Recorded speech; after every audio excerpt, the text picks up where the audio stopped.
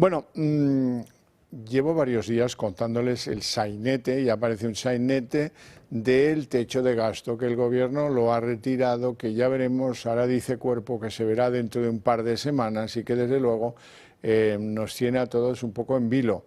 Yo me atreví a sugerirles que compraran palomitas para el día de la votación, ahora ya no sé qué pensar, porque al ampliar el plazo y al trabajar en un nuevo techo de gasto, puede que se estén recogiendo las últimas peticiones de Junts para votar afirmativamente, fundamentalmente 1.800 millones más a la saca. Quiero comentar todo esto, que todo este sainete y este protagonismo de Junts sobre el techo de gasto y la senda de estabilidad presupuestaria que afecta a todos los españoles. Vamos a establecer contacto con Xavier Rius, que es periodista y que naturalmente vive en Cataluña, a ver qué deduce él de las actitudes de Junts. Xavier, muy buenas tardes. Gracias por atendernos como siempre. Un placer. Xavier, buenas tardes. Oye, perdona, cuando has dicho aquello de que los mexicanos hablan mal de España para tapar algunas cosas, no lo han aprendido de los catalanes, pero tú sabes que aquí también se cultivaba esa técnica, Sí, digamos, hombre, psicológica para no tener que gobernar, ¿eh? El enemigo está afuera siempre es una técnica que funciona. Cohesiona. Que funciona. Sí. Si uno es tonto y le gusta que le tomen por tonto y además no es capaz de analizar pues lo que los españoles hicieron y dejaron en México. Y no te estoy hablando de 1500 no sé qué, no, ni de... No, te estoy hablando de los 90, cuando los únicos que íbamos a invertir en México éramos los españoles. ¿Y en qué invertíamos los españoles? Hacíamos como los japoneses, que compraban un Van Gogh y que si van mal las cosas en Francia se lo llevaban a Tokio. No, que va, invertíamos en tuberías de agua, de electricidad, de gas, para eficienciar la economía mexicana y la sociedad en último término. Eso es lo que hacían los terribles españoles cuando, por cierto, los americanos se largaban de México. Pues no, y fíjate, oye, de historia mexicana sabe mucho más García Margallo, que les pegó un día un repaso, pero es evidente que el imperio azteca era muy avanzado, pero evidentemente no eran señoras de la caridad. Iban haciendo sacrificios humanos. Se comían a los rivales. Es decir, Hernán Cortés consiguió conquistar el Imperio Azteca porque tenía todo de tribus de la zona, no sé si lo pronunciaré bien, los tlataltecas, los tonotecas, creo, y los choltecas, o algo así, pero que evidentemente estaban hasta el moño de los sacrificios humanos de los aztecas, ¿no? Entre otras cosas, ¿eh? Bueno, hoy no vamos a hablar de aztecas, no más, si no es que tú lo pides o lo quieres. Vamos a hablar, eso sí, de Junts. ¿Cómo es a Junts? ¿Cómo es la fortaleza desplegada? ¿Pueden caer esos 1.800 al talego? Este juego de Junts de yo traigo lo que no es capaz de conseguir Esquerra, ¿le puede funcionar? ¿Cómo acabará el cuentito de los presupuestos? ¿Cuándo va a decidir Puigdemont, en definitiva, romper la baraja? Mira, déjame decirte primero, déjame hacer un comentario más digno de un periodista económico como tú, que no de un periodista que procede de la información política, ¿no? Pero es que no tendría que aumentarse el techo de gasto, porque España, lo sabes perfectamente, la deuda exterior de España son, creo, 1.600 billones, más del 110 del PIB, y aumentando el techo de gasto, el otro día veía a María Jesús Montero diciendo a los del PP, oiga, no van a dejar a las autonomías, ¿no? Lo que tendrían que hacer las autonomías es racionalizar el gasto, porque evidentemente, cuanto más te endeudas, más pagas luego en intereses. Eso de entrada. Es evidente, ¿eh? Lo que pasa es que, bueno, tú ya también lo has dicho, ¿no? La izquierda siempre tira un poco de cheque en este sentido, ¿no? Dicho esto, bueno, yo creo que lo de Junts están un poco aquello, estamos aquí.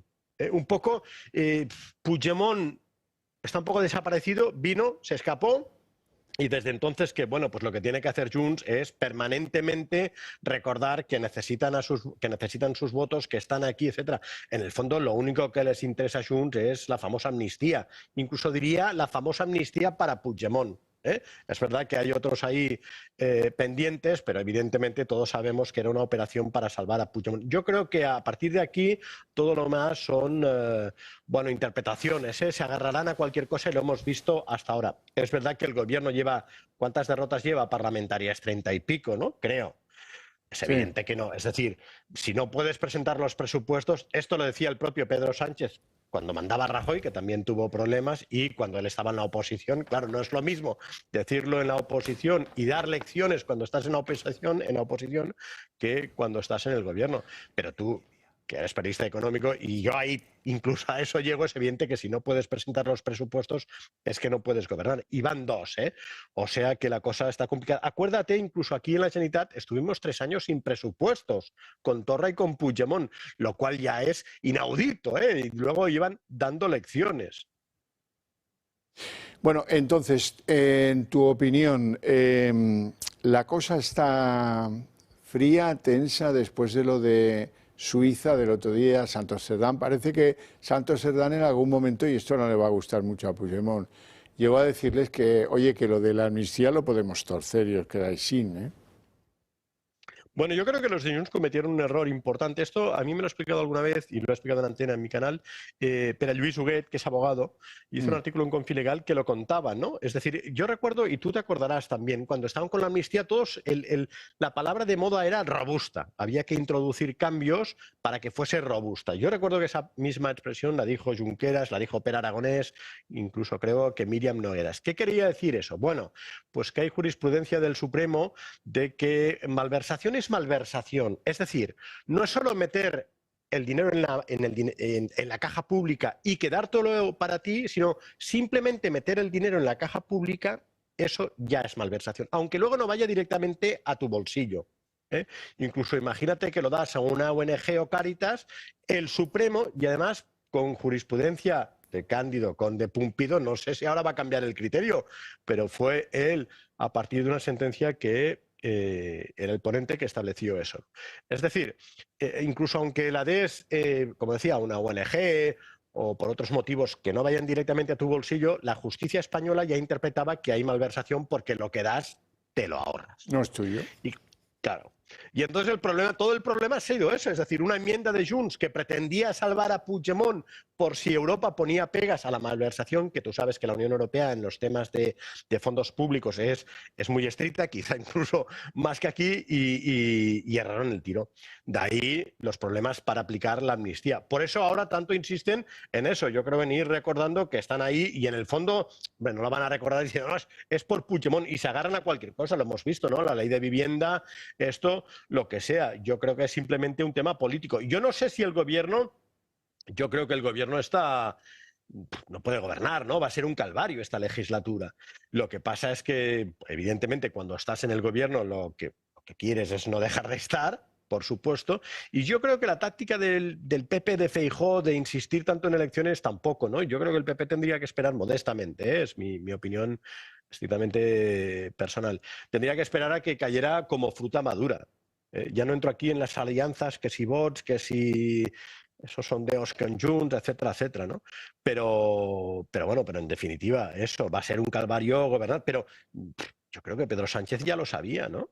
Claro. Incluso no sé hasta qué punto podrían trazarse aquello vidas paralelas, ¿no? O perfiles psicológicos similares entre Pedro Sánchez y Carles Puigdemont. A mí me parece mucho más listo Pedro Sánchez, pero los dos son supervivientes natos y si pueden engañan. O sea que yo creo que la política, más allá de la rivalidad... Bueno, engañan los dos, ¿eh?